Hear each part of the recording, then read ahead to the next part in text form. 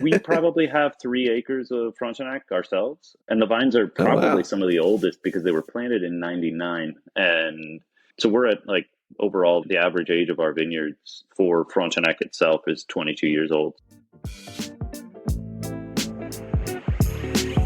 You're listening to the Vint Podcast, bringing you expert interviews, alternative market insights, and exclusive access to the world of wine and spirits investing. Enjoy the show.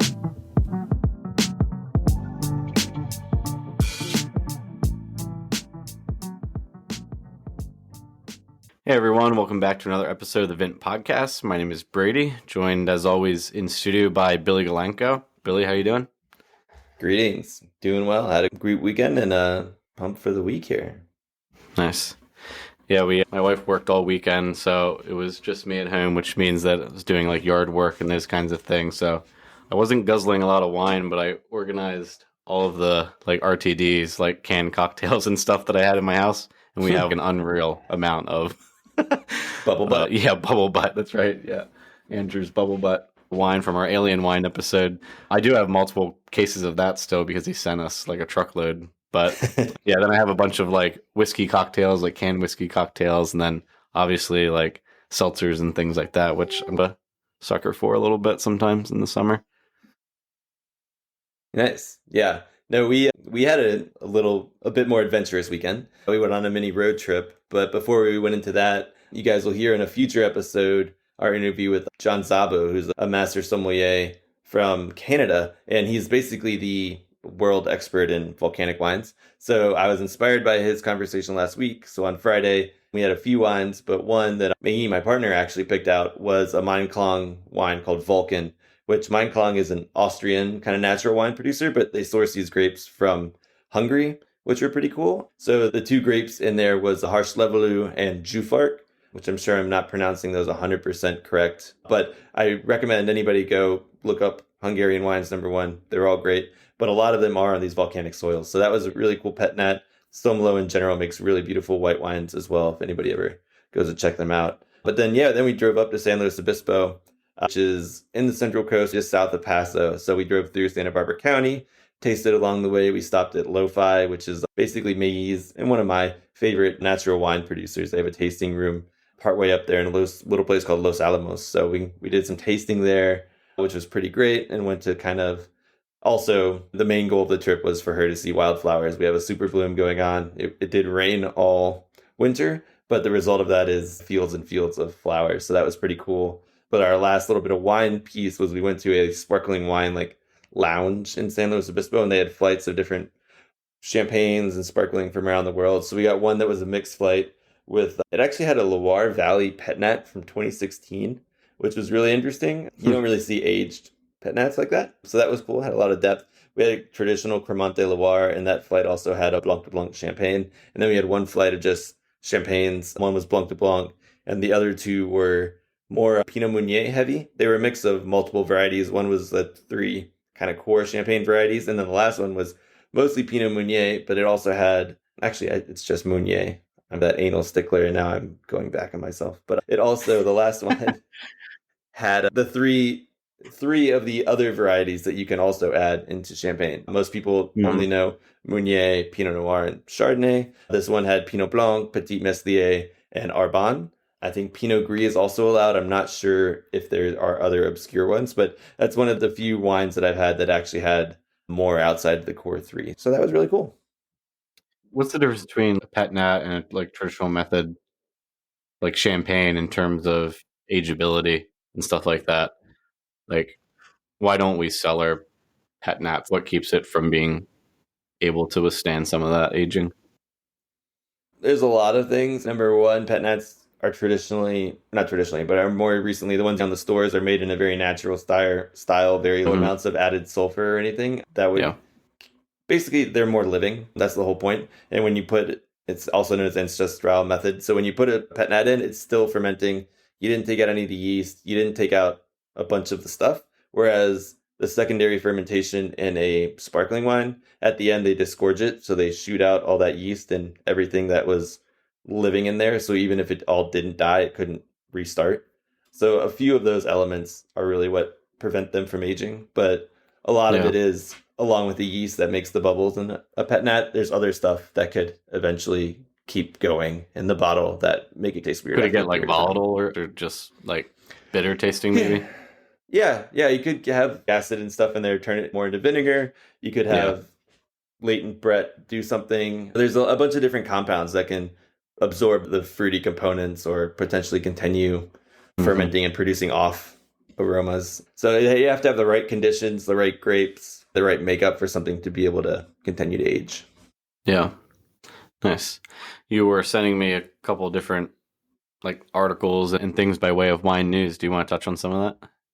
Yeah. I think something we will probably start doing more moving forward will be like a wine news segment. I think it's something we have to keep up with anyway for work. So I think it's just fun to share. So I'm going to run through 5 or 6 quick articles here that I found really interesting this week. The first one is champagne continues to boom in the US. The results just came out from 2022. Total value in the country was down a touch from 2021, but 2021 was like by far the biggest year ever for champagne in the US market. We remain the biggest export market for champagne, which is interesting. But while total value was down, volume reached an all-time high last year. So it's just continuing this trend of sparkling wine throughout the world. This was mirrored with the Cava sales that just came out, which also showed that they had their biggest year ever. And that's not in the US market, it's globally. But there's this continuing trend for people to really be attracted to bubbles, which is something I think we've talked about a bit before on this podcast as well. So if volume was up and value was down, does that mean we are consuming cheaper sparklings? Cheaper versus, I guess maybe if most of that market was made up of champagne, just say, I guess that means more people are drinking Cava, Prosecco, other forms of sparkling maybe. Yeah, so that was champagne. The was value champagne. down. Okay. That was exclusively. And I think we've touched on this with a couple other folks we've interviewed. Actually, the Glass of Bubbly guy. And we're actually going to we're recording this week. I'm not sure when it'll be released. Peter Leem, who is like the global expert on champagne, coming on soon. So stay tuned. But what we don't really see as much here as they see in Europe is like affordable, lower priced, but still high quality champagne made in the traditional method. Yeah. So what they raved about in this article is that Americans are starting to really understand there is high-end prestige champagne that can be used for celebration, but then you can also have champagne and treat it like a regular wine, have it on the weekends, which is a big goal of the Comité and the marketing organization for all of champagne. So that's pretty cool. So are these like bottles in like the $25 to $40 range? Because I can't remember the last time I saw a champagne like under $43, like low 40s. I mean, it doesn't say exactly in this article. It's pretty high level. What I'm probably thinking is that it was so concentrated on like the very high end, the Cristals, the Tête de Cuvée, where maybe now it's more and more volume is being consumed, sub $100, maybe closer to that $40, $50 price point. It is hard to find many. I was even thinking about like Veuve Clicquot, which is like, what is it? Maybe $60 to $65 a bottle even. And I feel like that's like a huge go-to for like grocery store champagne. Yeah, it really depends on where you live. Like I know when you were in Virginia and we walked around a wine store together, I saw Ruinart for $60, whereas that's in California it's $90. We there's a range for us in the $40 to $55 price point. Definitely more when you get above 60. So I don't know, but I'm just excited that people are treating it more as just not purely celebration. I think there's a lot champagne has to offer. On that same note, something I also learned about champagne this week, and Moet and Chandon just released the bottle, the design for King Charles's coronation coming up here. I think it's in May or something. It turns out Moet and Chandon had been doing special edition bottlings of champagne for every coronation of the British family since looks like 1902. We just all forgot about it because there hadn't been one for 70 years. There you go. Apparently you can still find some of Queen Elizabeth's coronation champagne online. So who knows? But that's cool. And I think King Charles is going to be pretty old. So we'll probably see another bottling here in, 15, 20 years, maybe. I don't know how long he'll live, if he lives as long as his mom or outlives her. But that's something cool. So keep an eye out for that. Maybe snag a bottle if you're a big Anglophile. And then moving on, outside of bubbles, something that's close, near and dear to my heart, which I wanted to bring up. There was an article in the drinks business titled, "Could Zweigelt be the new Pinot Noir?" For those who don't know, Zweigelt is a red grape from Austria. It's basically a really light, high acid, fruit forward grape that's delicious. I really enjoy it. And what the article is trying to say is that since Pinot Noir, especially Pinot Noir from Burgundy, they've had a few lower harvests, smaller volume harvests, as well as prices just going up in general. Maybe at that lower entry level, people looking for a high quality, light, higher acid red, Zweigelt could potentially fill the void. Yeah, it's trying to think of what to liken it to in terms of the market. Where else? Like thinking about premium, light-bodied reds. It's similar, I guess, to a Gamay, but it has a little bit more depth and spice. But it's not as serious as like a Blaufränkisch, which is something other people might think from Austria. Have you had many, or? I haven't. More like Gamay was what was in my mind initially. Yeah. In terms of comparison, or else thinking maybe, I don't know, like Pinot Noir, but from like Italy, like in terms of style, maybe like a Pinot Nero. So interestingly enough, and this is getting a little bit nerdy, but Zweigelt is a crossing of Blaufränkisch and Saint Laurent, and some people say Saint Laurent is a crossing with Pinot Noir. So it could actually have roots in Pinot Noir, but it's one of those grapes that was actually created in a lab. It used to be called Rotberger, and then they named it after Zweigelt, Dr. Zweigelt. But there's some consternation around that because it turns out Dr. Zweigelt collaborated with the Nazis during World War II. So they were like, maybe we shouldn't call it this anymore. So people are proper calls for consternation. Yeah, for sure. The funny part was, I can't remember exactly the year, but they named it Zweigelt like decades after World War II. This was known, and nobody really knows why they made the change. So there are some like grassroots movements to either go back to Rotberger or come up with a better name, because Rotberger does not sound good to English-speaking countries. So yeah, but amazingly great. Yeah, hopefully someone named Cabernet doesn't ever do anything wrong. This the one wine world would be in shambles. This one was actually made by that guy. Actually, named after him. Yeah, but no, but people should really check out Zweigelt. They make amazing rosés that are actually like high acid, nice and like lean. I really like rosés made from them personally, but they also make great red wines, and they typically tend to be in that 15 to 20, maybe $25 price point. So they're really attainable and they're great quality. So I think it can be the next Pinot Noir, but we'll let other folks do that. And then two last quick things. Orange wine. Everybody knows I drink natty wine on the side here. A lot of those wines, those natural wines, are orange wines. You would actually appreciate this. I had a sommelier buddy in New York recently. He posted a picture of, he lived in New York, just a bunch of trash bags piled up in an alley. And he captioned the post, "Our natural wine shipment has just come in."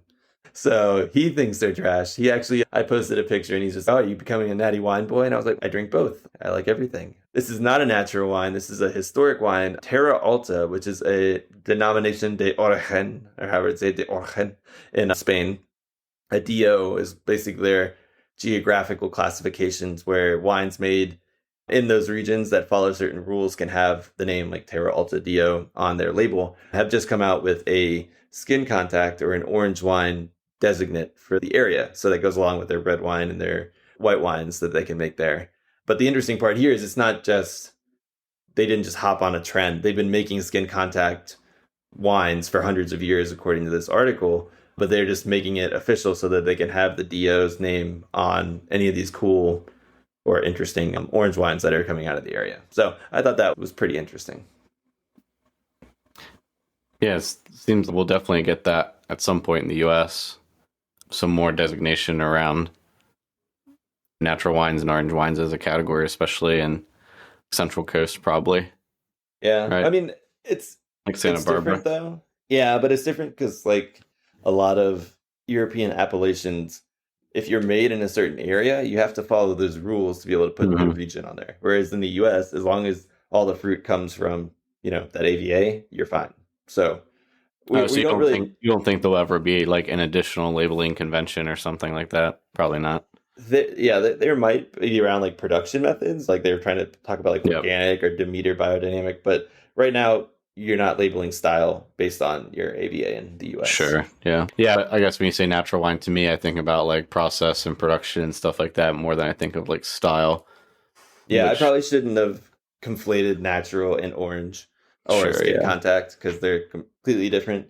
But I think it's cool to see these regions that have been making these wines in this way for hundreds of years, like being able to be like, look, like you guys like orange wine now, cool, we have it, and it's really interesting, rather than just folks who are just whipping out like a weird wine that spent 5 days on the skins calling it orange, and they're like, we're gonna make money. So I love to see these old regions getting some shine. For sure. Yeah. And then last but not least, Cyprus just put 22 million euros over the next 5 years to grow their wine industry. So shout out to Emily Saladino, who oversees Cyprus wine tasting for Wine Enthusiast and was on the podcast. I think that was just pretty cool. Pretty cool stuff. Yeah, for sure. That's awesome. All right. Shall we get to our interview with Mr. Keck? That's right. Yeah. David Keck is a friend of the podcast now. This is his second time on. You get to be a friend of the podcast after 2 times on an episode. So I think he joined us about this time or maybe a little bit later last year. We'll be on an annual cadence with him. But David is a master sommelier. He's based in Vermont, has a project up there called Stella 14 Wines, where he serves as obviously the owner, founder, winemaker. Yeah, doing some really cool stuff with hybrids, trying to combat the sometimes difficult climate in a place like Vermont to grow grapes. But yeah, doing well. We covered a number of topics across his projects. Obviously, talking about the hybrid varieties as well. Some of his plans to expand. Yeah, we covered a lot of different topics, and he's always a good guest. Yeah, it was great to catch up. I had a call with him, I don't know, early in the Vint days, where he was like very nice and he connected me with some of his friends in the industry to talk about how he could expand. So that's how the relationship started. And then he came on the pod, and now Brady's going to go visit him in October or September. I may go too, not at the same time. But yeah, if a little bit more background, he was an opera singer. He ran many different wine programs, both in Texas and in New York, before deciding to make the move and become a winemaker. So really fascinating, well-rounded guy. He's now leading the charge for recognition and I guess more funding for the wine industry in Vermont. So we really do run the gamut. We also touch on a grapevine that I walked by here in Los Angeles that I was going to try to save or prune. It's in a community garden. It's enormous. Like the vines now stretch like 20 yards.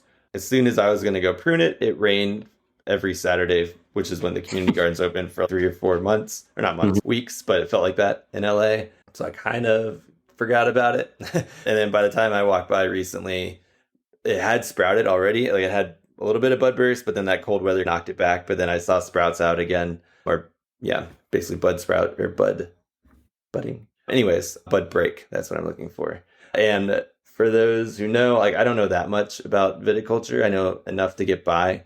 And that once the sap starts flowing and the buds start breaking, if you start chopping off limbs, it causes distress to the plant. It opens it up for disease.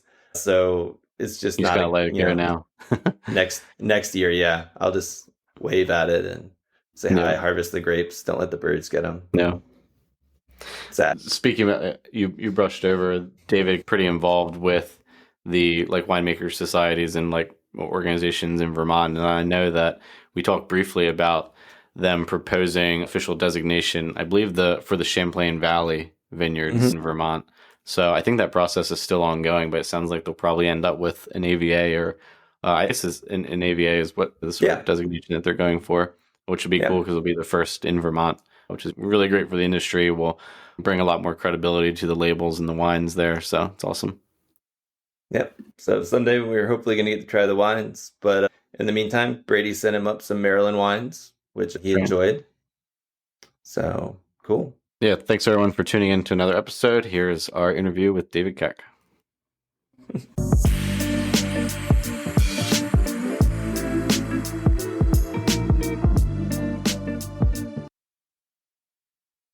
Hey, David, thanks for joining us. You're now a friend of the pod. I think we've been doing this long enough, and you've been on before, so we can start saying things like that. Repeat offender. Nice. No, thanks for having me back. That's right. Yeah. Yeah, but as we mentioned, maybe most of our audience at this point, since we interviewed you now almost a year ago, pretty close to the time, I think. I remember I was moving last time we interviewed, and I was staying in an Airbnb, like in a little bedroom when we did the interview. But why don't you tell our audience a little bit about yourself, how you got to where you're at now through your music career and also winemaking? Sure. Yeah. Music career too, huh? Okay, going back. So Quickly. Yeah, sure. In the Reader's Digest version, I grew up in Vermont and then went and lived in New York and did my undergrad at Columbia in English and Comp Lit, and then went to the Juilliard School for operatic performance and was an opera singer for a bit. Did my master's down at Rice, brought me to Houston, where I changed career eventually and went into wine as a sommelier. So I was a wine buyer for a few restaurants, opened some bars, opened a honky tonk, cheese and wine shop, ran the whole gamut. I worked in distribution for a little bit, became a master sommelier in 2016. And then in 2020, decided to return home to Vermont with my partner Lauren, and who's also from the Northeast. And so we decided in January of 2020 that we were going to move, which was a really interesting time to make a moving decision, turned out. And in March, we were terrified that we were going to get stuck in Texas. So we decided to leave town. And so packed up a moving truck and moved to Vermont, where everything I had lined up potentially work-related fell through, and the place we were going to live fell through, and we were living in a hotel in Burlington because I couldn't go to my parents' place because they're both over 70, and we were afraid we were going to kill them with COVID because we'd just driven across the country, and that was like, everybody was wearing gloves, nobody was wearing masks, very weird time. And anyway, in June of 2020, the vineyard at Boyden became available, which is one of two of the oldest vineyards in Vermont, and became available for lease. So with nothing else holding us back, took over that lease, began pruning because it hadn't been pruned, and got about 30% of it done, and made the wine in 2020 at Bree's old facility in Vergennes, Vermont. And produced about 450 cases of wine. And then 2021, we didn't have a great place to produce the wine because we decided driving grapes in the middle of harvest an hour and a half each way was really awful. So we decided not to do that. And in 2021, we sold the grapes to other producers in Vermont. And then in 2022, we opened a tasting room and produced our vintage that's coming up in our barn, which we insulated and converted into the winery.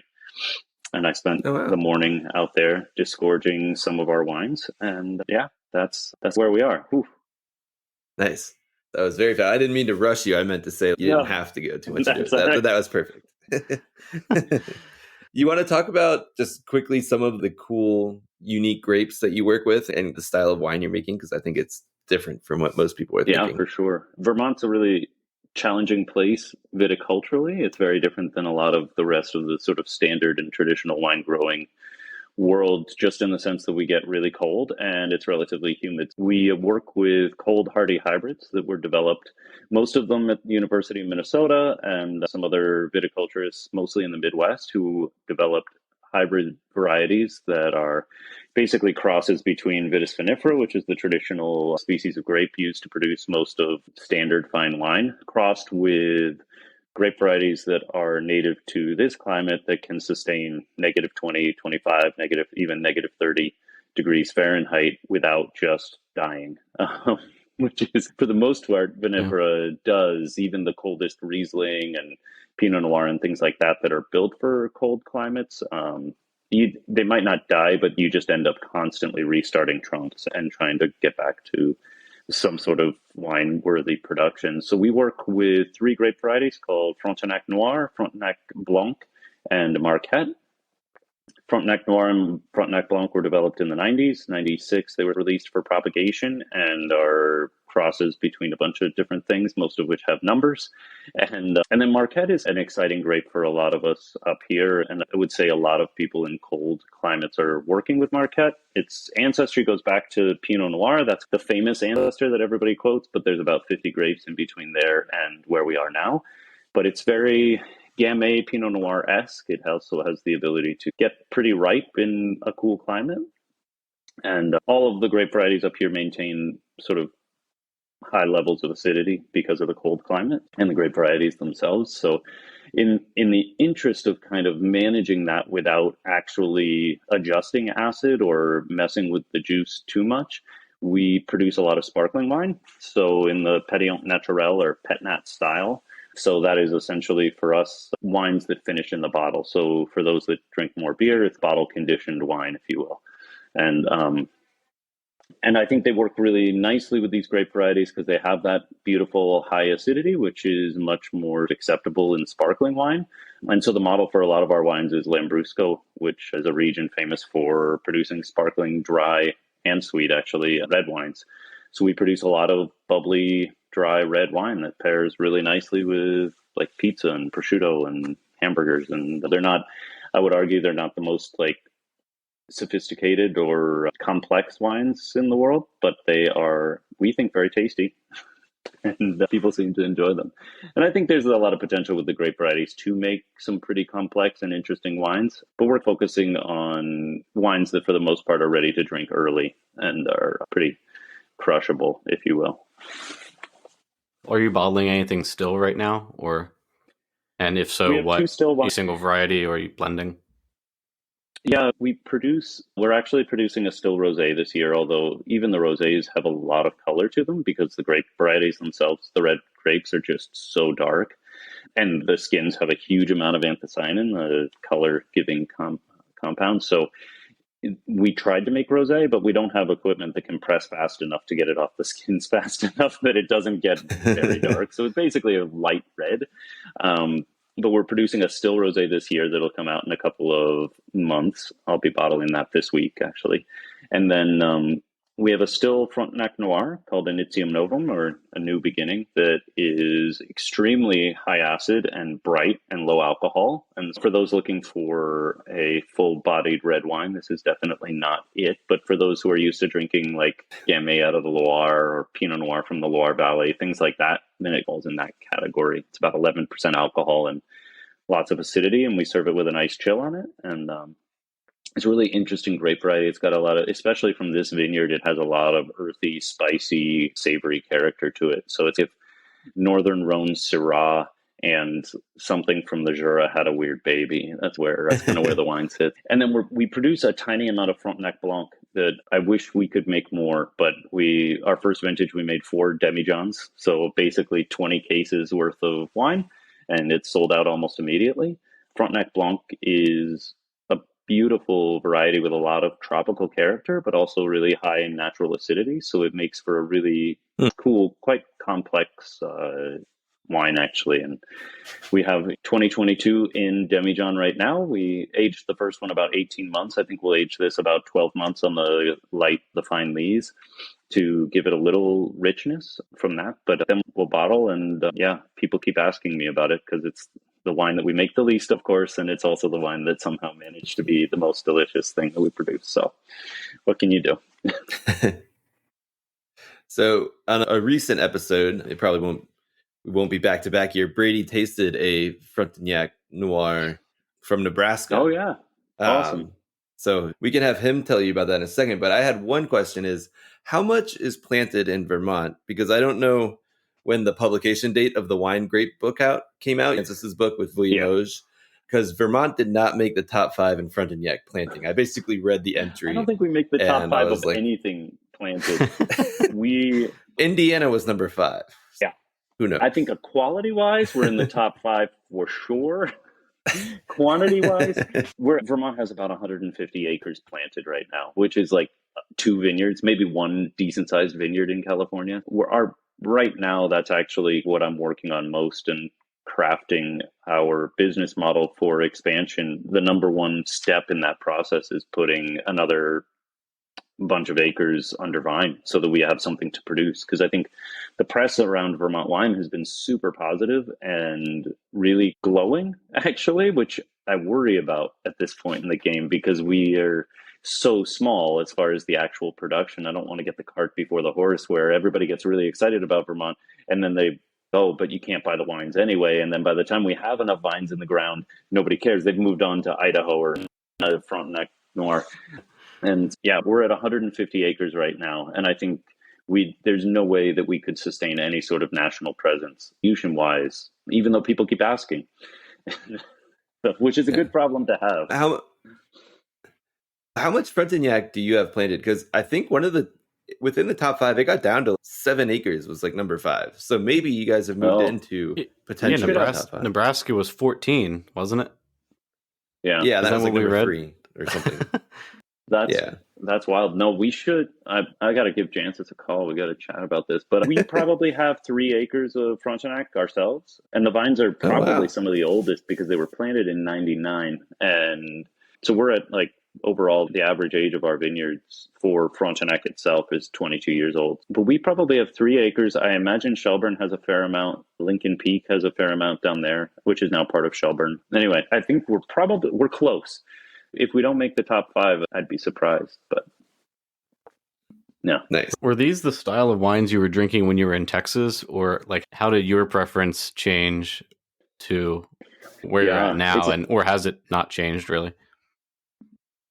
No, I would say I still drink a lot of the same thing. I was introduced to Vermont wine with Deirdre and Caleb's wines from La Garagista, a really wonderful producer down in Barnard.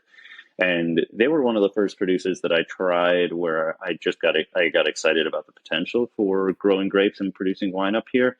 At the time, I, in Houston, opened a wine bar years ago where I wrote what I thought was a relatively progressive list. A lot of it was study material for myself, so classic producers from all over classic regions, but then some progressive stuff and some interesting kind of funky natural style wines. And what we found within 6 months of opening was that most of the people walking through the door were asking for more of the progressive producers. They wanted more interesting stuff, more off the beaten path varieties. And so I found myself relatively conservative as far as my own taste with respect to what people were asking for. But I think as far as what I drink, I tend to drink high acid, light, low alcohol style reds for the most part, and a lot of bubbly wine. And I try and drink as much Chablis as I can afford.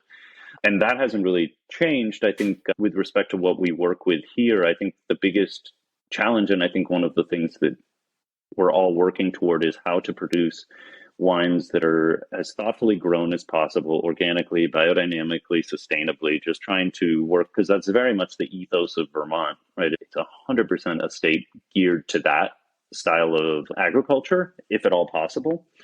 It's not always possible, right? And then winemaking that is relatively hands-off and low intervention, which I've always supported in my own wine buying as well, whilst also making clean, accurate wines that are as free from weird faults as possible, which is challenging. We have some volatile acidity and things like that, which I'm like fine with to a great extent, a little bit of reduction, things like that. But we try to stay away as much in our own winemaking from any Brettanomyces or acetaldehyde or any of the weird things that can happen when you're not playing with your wine much.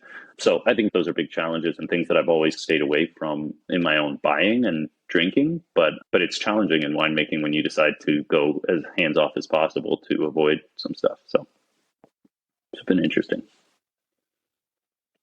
Do you see more master somms getting interested in the viticultural side of things? Because going through, I just wrapped up, I don't know if I passed yet, but wrapped up the diploma kind of study piece and for the W set, and they focus more on viticulture. And I know the MW track, from what I've read, does. Yep. Traditionally, MSs are less than the vineyard, but have you seen people get more interest in that as the rise of organic and biodynamic has come on? Somewhat. I honestly don't see a huge amount of that. And I think a lot of that is because the W set program is geared so much more to all aspects of the trade, where the quartermaster sommeliers, we really gear a lot of what we teach to service and hospitality, which is a crucial aspect of that. And that's actually honestly the job, right?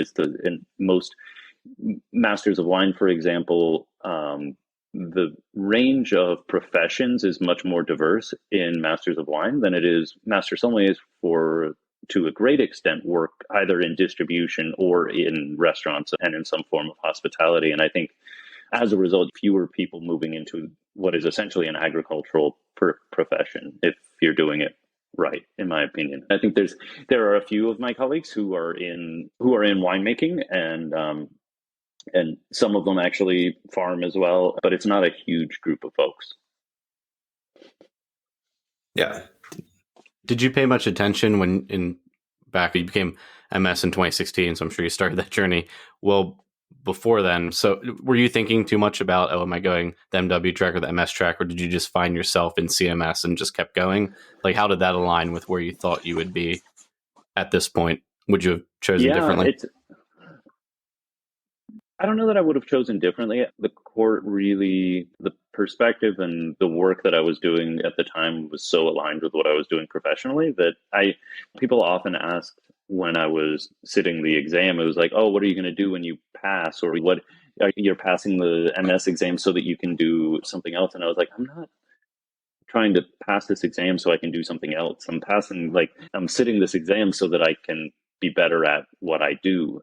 And I found that most of what I was doing in my process studying for the Master Sommelier exam was honing the craft that I was practicing every day, whether it was buying as a wine buyer, as a sommelier, as a taster, as a educator, all of those things tied together.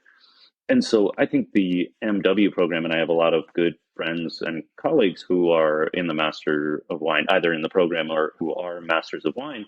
I always found it fascinating to taste with them and travel with them because their perspective on wine came from a different direction. And I think we were tasting and talking about the same things, but just from different viewpoints. And now that I make wine and grow grapes, which is still weird to say, we've only produced 2 vintages. So I don't know.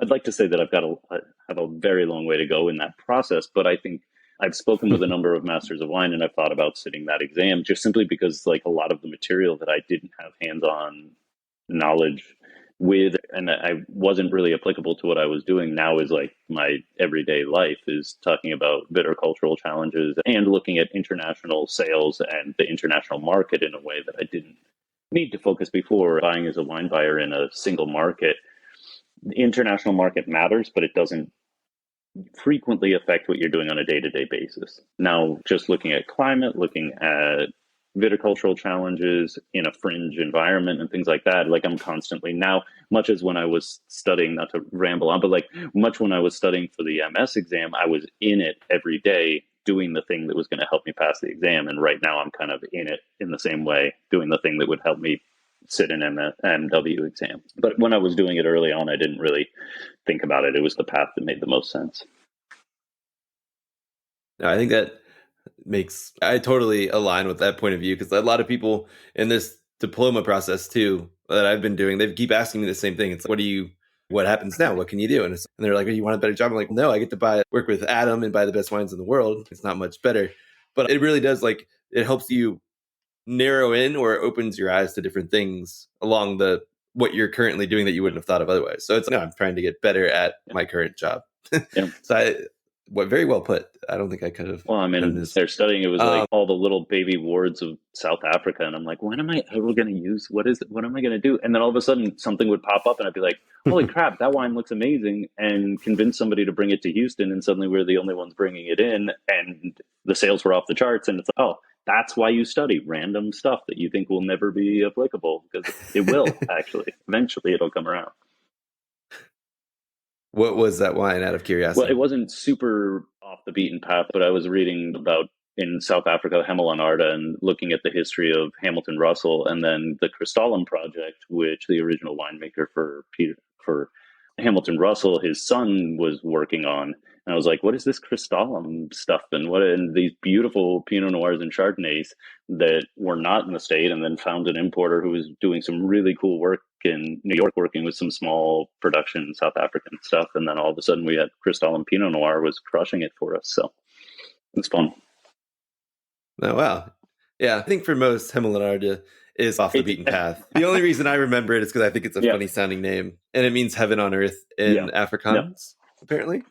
Yeah, I'd call that off the beaten path. That's cool. It worked out. And then it's just, you're reading up on family history and all sorts of stuff that directly influences the stories you have to tell in the business. So I saw we talked about this on a pod probably about a year ago too. Over at Tablas Creek, they're doing a rosé and a 3-liter boxed wine. I think it's like their Patlin rosé. Yep. And it made me think when we were going to bring you on, I was like, are you experimenting with any kind of, I know boxed wine isn't new, but certainly for higher end stuff off the bottom or above the bottom shelf is definitely new. Are you experimenting with any new packaging, canning your stuff or anything like that? We've looked at it a little bit. I think canned wine is a really interesting category that has a lot of challenges. I think that personally, I like it. I like the idea of it. I think that the consumer is about 10 steps behind the producers on this overall, because it is really hard to produce a can of wine that is going to come in at any sort of price that the consumer thinks is reasonable. And a lot of that has to do with the fact that anything in a can should be $1.50 to the consumer, and that's half a bottle of wine. And so when you're talking about a can, a 12-ounce can of any beverage, and suddenly it's $10, people have a really hard time spending that on. And so that's, I think, the biggest challenge from my perspective on cans. Some people are doing it in Vermont. I think the ones that are financially the most successful are the people doing piquette, which is basically, for those that are unfamiliar, is adding water to your already pressed grape must and re-fermenting it to produce a low alcohol, essentially water wine that is a ancient category that started in France for farm workers, but then got picked up by Wild Ark Farm in Hudson Valley, and it's become very cool and popular to do it. We make one. It's hard not to make one because you actually have invested all the time and money and effort into the grapes already. So why not add water to it and get another round of something, even if it's much less expensive, financially speaking? But that works in cans because you can keep the price down, I think. But it's really hard to do wine in cans. Kegging wine is not terrible. I think it's a little bit hard for consumers. But if you've got I find up here beer bars and places that have a tap available, it makes a lot of sense because suddenly they can put something on that doesn't go bad once they've tapped it. And whereas most beer bars have a red wine and a white wine, and as soon as that bottle's open, they're probably pouring it down the drain if they don't have people drinking it fast enough. And so putting something in keg is viable. We just haven't played around with it because we don't make that much. Bag and box and the box wine thing, I think, is again a consumer challenge. Just to find people who want to spend money on a bag of wine is tough. I would not be opposed to it. I just don't have any idea what that process looks like either. I'm happy enough with our canning and corking right now. Yeah. And I don't know. There's a lot of discussion around environmental concerns and the glass industry and shipping wine and all of this sort of stuff. But I think it's a really tough bottom line to consider. I think the math hasn't really been done properly on it. I think it's very easy to say that shipping glass is expensive, and that glass itself takes up a huge amount of space in landmines and things, or landfills and things like that. But I think when you start doing the math on the can industry, where they're actually not mostly getting recycled, and then what that production, the expense of that production, and the emissions produced, I don't think anybody's done a proper study yet on what really makes the most environmental sense at this point. If they have, send it to me. I'd be really curious to read it. I've read a lot of Eric Asimov did a piece in the New York Times, and there's a bunch of, I think, pop culture discussion of it, but I haven't seen anything that really boils down the impact of each possible container. Yeah, makes sense. Yeah, I know too. I think there's is there a cidery on the property that you're producing on, or are they growing apples or any other kind of fruit there? I thought that was maybe part of our discussion from last time. Is cider any part of your guys' experience up there? We don't produce cider right now. There are a bunch of people up here who do. Okay. And then there's a lot of co-fermentation. And we might have discussed this, actually. There's a lot of people co-fermenting cider and grapes or apples and grapes, and co-fermenting apples and plums. A lot of that sort of work going on, which I think is fun. And I think there's a lot of really delicious things coming out. That's another challenge, I think, as far as the consumer mindset, as far as with respect to the price per bottle. because cider, it's really hard to ask for more than $20 a bottle of cider. Yeah. On the other, going back to the sustainability for a second, I wrote my diploma paper on sustainability and I've gotten obsessed with like bottle weights since then. And I've been like I have a kitchen scale where I weigh every bottle now and I'm like recording it. In theory, if I ever get accepted to the Master Wine program, that might be my research paper. But like the different containers is really interesting to me. And then they do all have their pluses and minuses. I've seen the smaller cans now. It's something people are trying to do because it's not like a half bottle. But during the like greenhouse emissions and the impact on the environment all the way through the supply chain is wild. Most people don't think about that. Or like when like how much a really heavy bottle from like a sparkling from South Africa takes to get to me as opposed to some other type of wine.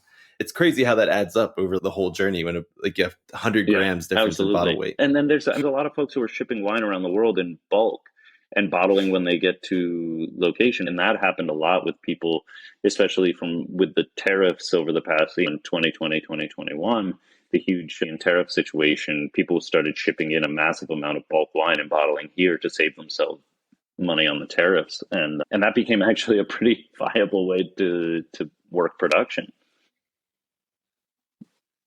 Yeah. No, when I worked in Australia, our winery they made some really high quality, but a lot of it was bulk. And I used to have to go in like shipping containers and set up the plastic bladder because they would like just pump it full of wine and ship it to Bali because of like the Indonesian taxes on like bottling there was fine. But if we were to send bottled goods there, it would have been like 100% way more expensive. It's interesting. It's crazy. Pivoting a little bit, since we've been holding you already for almost 40 minutes, you had to reclaim an unpruned vineyard. And I mentioned a little bit about this before the call, but so there's a community garden farm. It has chickens, has some produce. And I've walked by and for a while I kept looking at the leaves and I'm like, those are definitely grape leaves, like in the summertime. And then at the very end, I saw little bunches, little white bunches. So there were two giant vines there were two, one's very dead. And now it extends along a fence and it's grossly overgrown. And the last straw was yesterday. I was walking by and it started a little bit of bud burst already. And and it's going to get really cold here. It's not good. So basically I'm like, all right, that's the last straw. I'm going to go and prune this weekend because apparently anybody can just go in. So when you find a vineyard that's like completely overgrown, like what are the first, like, what do you do? And like, how does that help the vine come back to production? To be fair, the vineyard that we took over had been pruned the previous year. So we weren't now the techniques used, and up here, there's a lot of viticulture where people are using multiple trunks because at some point a trunk is going to die because of just the cold and crown gall and things like that. And so having a replacement trunk is important, but there were a lot. So we thankfully the next year weren't totally starting from scratch. When you've got a massive vine, the big challenge is that grapevines produce grapes on new growth. And so if a vine's been growing for a really long time and it's just extended out,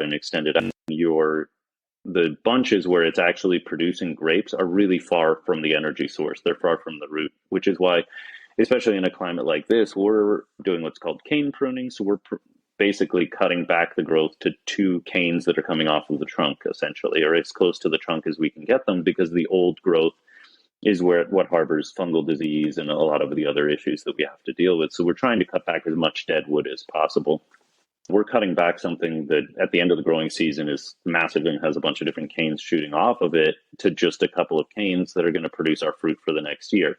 If you're reclaiming a vine that's already been growing and hasn't been cut back at all for a while, I would say want to start just taking it piece by piece back to new growth. So finding a new cane that's a little bit closer to the trunk and then cutting off everything beyond that and cutting back a lot of all the rest of the growth. So it really focuses on those new canes.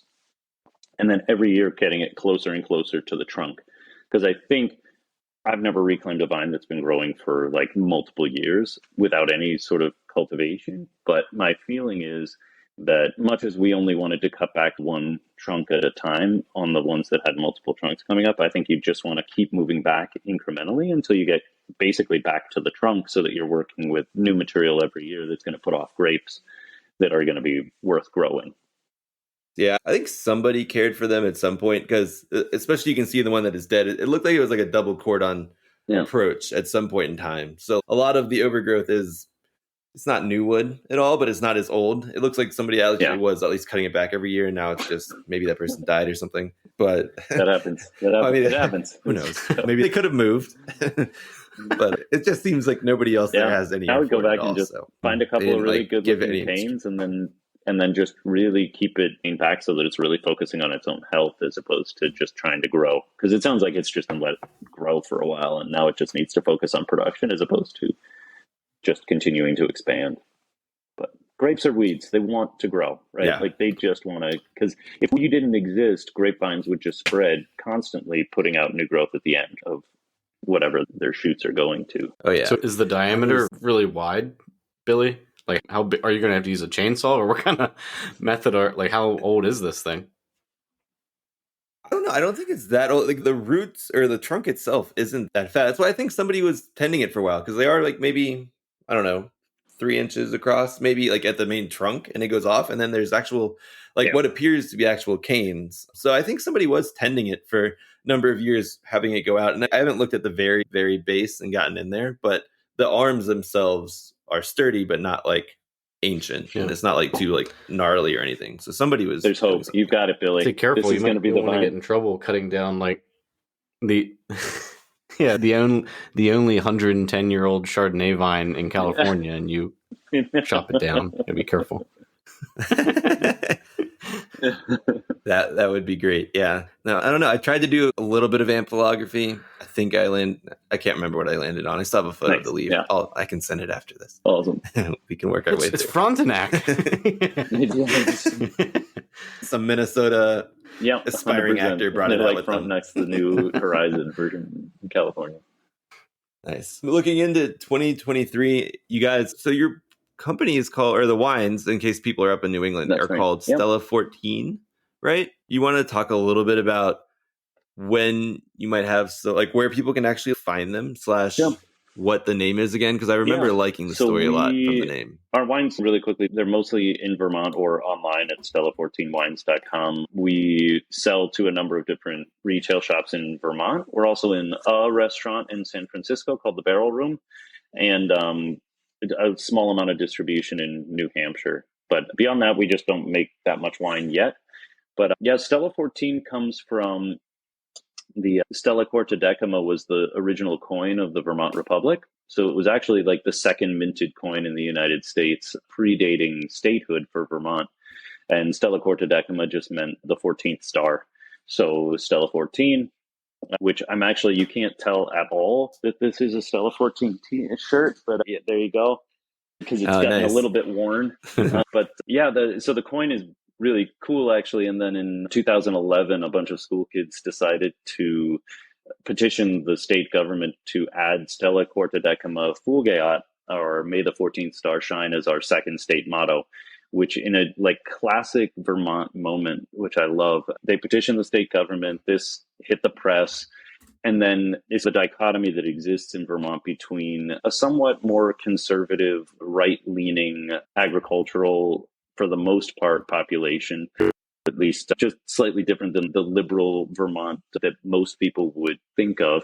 A number of letters went into the editor commenting that Vermont has no Latino population. Why are we even thinking about putting this in as a motto? And to which multiple middle schoolers responded in beautifully written letters saying, "Dear sir or madam, the Latin is the foundation of the English language," and it's just these total middle school explanations of how it was Latin and not Latino in root, and it was actually the foundation of our country in many senses. It's pretty hilarious. Anyway, we liked all of those stories, and all of our fruit is Vermont, and the brand is very much based on the Vermont history. It made sense for us, but I did love reading. The letters to the editor were really hilarious and fantastic. We're glad that there's hopefully.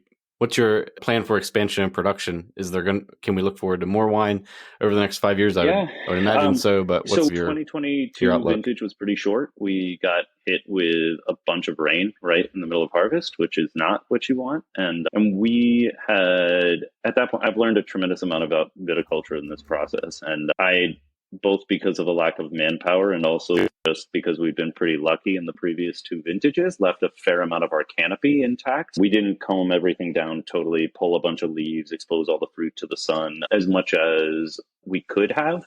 And as a result, and we'd had no rain at all through the entire course of the summer. We were actually in drought. So that all was going on. The grapes were ripening at a pretty good pace, and we were hoping to harvest late. And then we got 4 inches of rain or 3.5 inches of rain in a week, which was pretty brutal. So we ended up losing a fair amount of fruit, unfortunately, last year. So part of our plan for this year is putting in more hours in the vineyard and getting back to our previous yields, but then also starting to look at some element of capital campaign to put another 30 to 40 acres in the ground, which is a pretty involved process. But I've been working on that business model for a while now and looking at how to scale our winery and scale our own vineyard plantings. And that's a big part of it. Is when we sold grapes in 2021, we sold our entire production in about 1 week of shooting a few texts to people because there just aren't any grapes in the ground and people are not able to produce as much as demand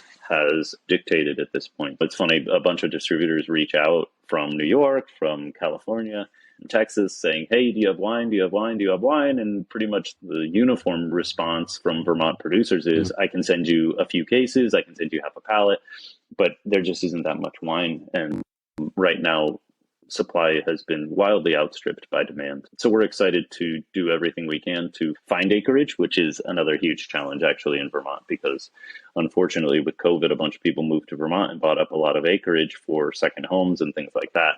And so now when we're looking for farmland that used to be relatively affordable, it's become less so and less available. But I'm excited to see what we can do. The plan would be to find land this year, prep it for planting, and then plant next year.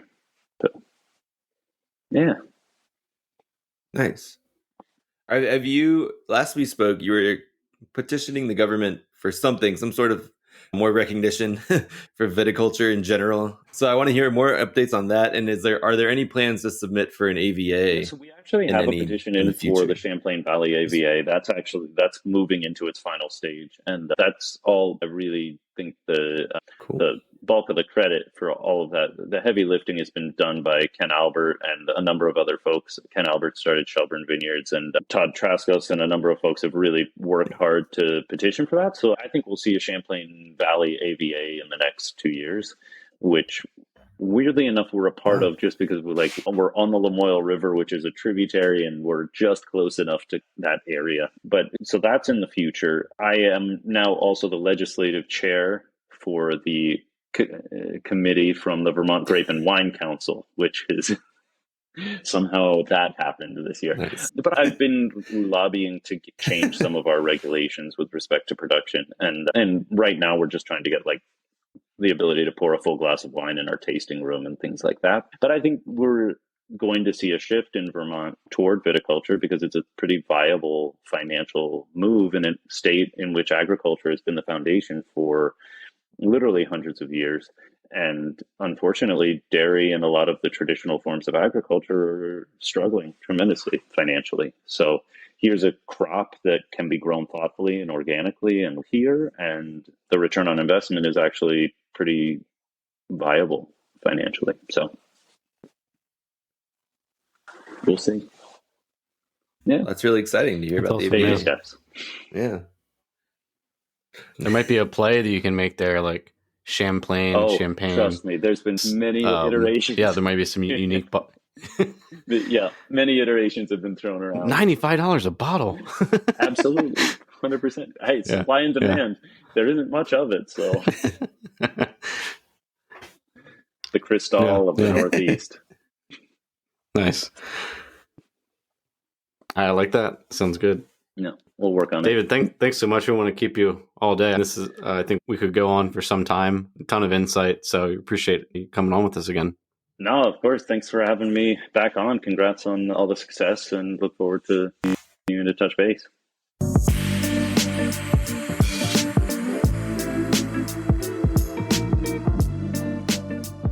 That was our interview with David Keck. I hope everybody enjoyed all of his stories and the efforts that he's making in Vermont to make their first AVA.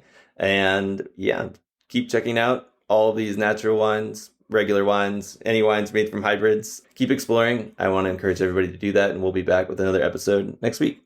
Cheers. To check out our current offerings and to sign up for the Vint platform, find us at www.vint.co. That's www.vint.co. For questions, comments, or feedback on the Vint podcast, please email us at support@vint.co.